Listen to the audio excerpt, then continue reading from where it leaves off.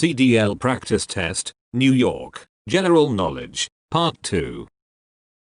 Question number 27. What emergency equipment should you ensure to have with you in your cab? A. Question number 15. What is the main purpose of header boards? A.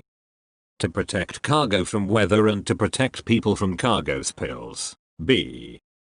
To keep hazardous materials separate during transport. C. To stop cargo from falling off the back of a trailer when braking sharply. D. To protect the driver from moving cargo.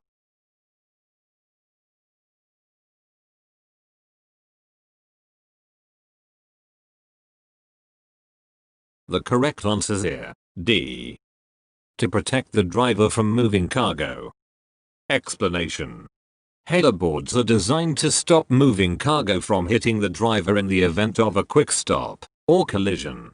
Cargo covers are responsible for protecting cargo from weather and protecting people from cargo spills. Question number 16. If you do not have a CB radio, what is the first thing you should do at an accident scene? A. Clear the area. B. Protect the accident scene. C. Flag down help.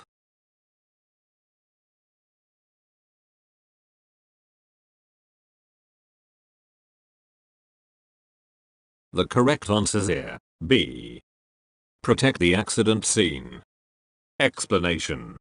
At an accident scene, first protect the accident scene to help prevent another accident. Pull your vehicle as far away from traffic and as close to the side of the road as possible. Set out warning devices such as reflective triangles. Question number 17. What is a header board? A. A safety device behind you. B. A slang term for a license plate. C. Another term for a dashboard. D. Another term for the rear door of a trailer.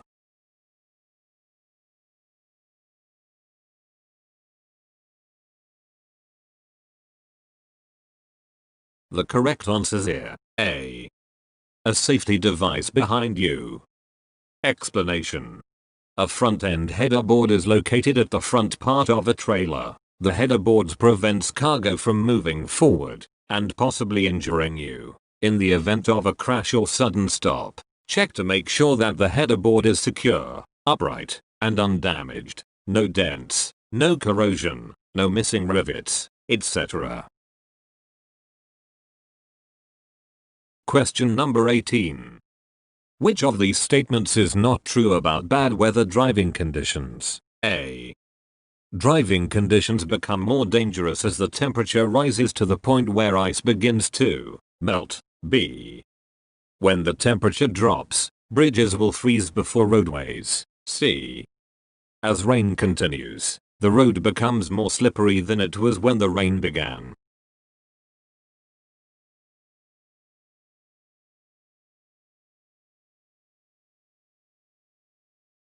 The correct answer is here, C. As rain continues, the road becomes more slippery than it was when the rain began. Explanation. Roads are often at their slipperiest during the first 10 to 15 minutes of rain. This is because the rainwater loosens and mixes with dirt, oil, and other fluids that have built up on the pavement, creating a slick surface. This slippery condition will persist until more rain washes those substances away. Question number 19. Tie-downs must be of the proper type and strength. According to federal regulations, the aggregate working load limit of the cargo tie-downs must be enough to secure A. 3 times the weight of the cargo tied down. B. Twice the weight of the cargo tied down. C. 1/2 times the weight of the cargo tied down.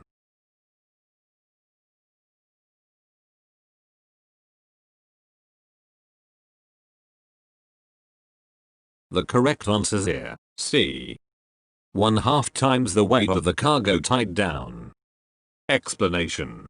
Under federal regulations, the aggregate working load limit of the tie-downs used to secure cargo must be at least 1/2 times the weight of the cargo. Federal regulations also specify a formula to compute the aggregate working load limit of the tie downs from the working load limits of the individual tie downs. The working load limit of an individual tie down is defined as the maximum load that may be applied to it, as specified by its manufacturer. 49 CFR 393.106, 49 CFR 393.5. Question number 20. A driver's logbook, A, may be brought up to date once a week. B, may be written in pencil. C, must be shown immediately when an officer requests it.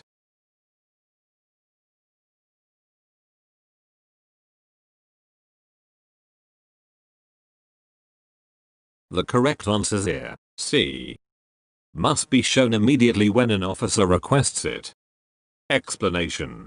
If you're transporting hazardous materials, a law enforcement officer may stop you to inspect your vehicle. The officer may check your logbook or electronic logging device, shipping papers, vehicle placards, and the hazmat endorsement on your CDL. If your logbook is not up to date, you may be cited and placed out of service for some specified amount of time. Question number 21.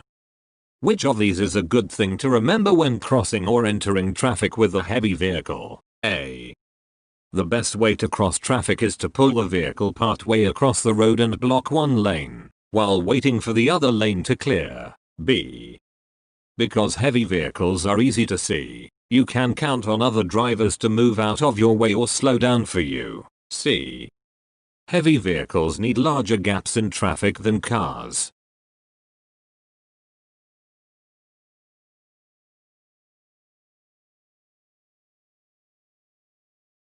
The correct answer is here, C, heavy vehicles need larger gaps in traffic than cars.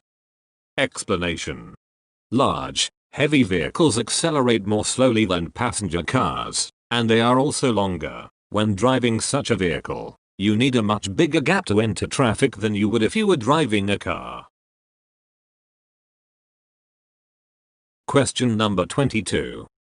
Which of these statements is true about warning other drivers of a stopped vehicle? A, keep the vehicle's taillights on to warn other drivers. B, put out your emergency warning devices within 5 minutes. C, move the rear reflective triangle back if the driver's vision is obscured to within 500 feet.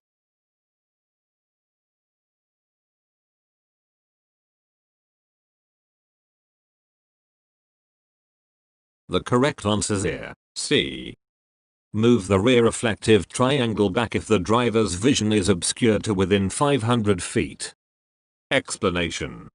Other drivers should be able to see your stopped vehicle or its warning devices from at least 500 feet away in either direction. If your vehicle is obscured by a hill or curve, set out a warning device up to 500 feet behind your vehicle.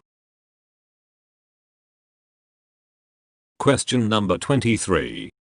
Which of these is good to do when steering to avoid a crash? A, apply the brakes while turning. B, steer with one hand so that you can turn the wheel more quickly. C, do not turn any more than needed to clear what is in your way.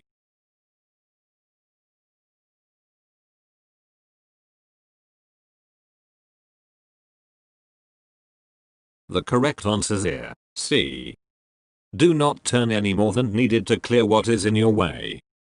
Explanation. To avoid a crash or other hazard, keep both hands on the steering wheel so you can turn as quickly as possible. However, turn just enough to avoid the hazard. A too sharp turn risks a skid or rollover. While turning quickly, avoid braking. This too could cause a skid. Question number 24.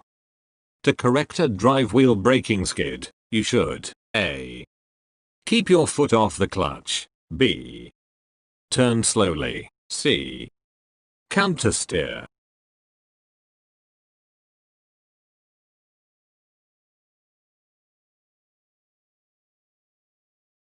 The correct answer is here. C.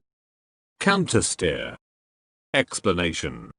To correct a drive wheel braking skid, stop braking so the drive wheels will unlock. However, as your vehicle turns back on course, it may overshoot and start to skid in the opposite direction. Quickly counter steer to counteract this tendency.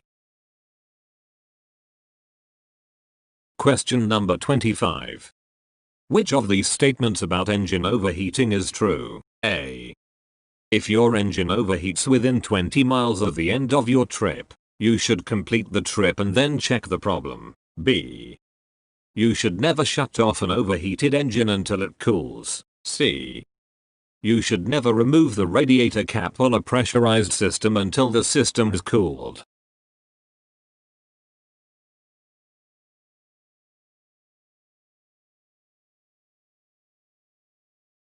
The correct answer is here. C. You should never remove the radiator cap on a pressurized system until the system has cooled. Explanation. Never remove the radiator cap if the engine is overheated. Steam and boiling water could shoot out under high pressure and injure you. Wait until you can touch the radiator cap with your bare hand without it feeling excessively hot. Some vehicles have coolant overflow tanks or sight glasses that let you check the coolant level without removing the radiator cap. Question number 26. You should inspect wheel bearing seals for A. Twisted axles. B. Leaks. C. Tears. D. Broken leaf springs.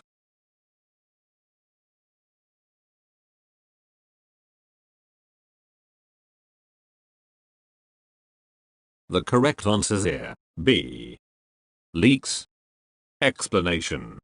The most likely problem with wheel bearing seals is leaking, so you should check for grease on the wheels and any visible evidence of cracks or leaks.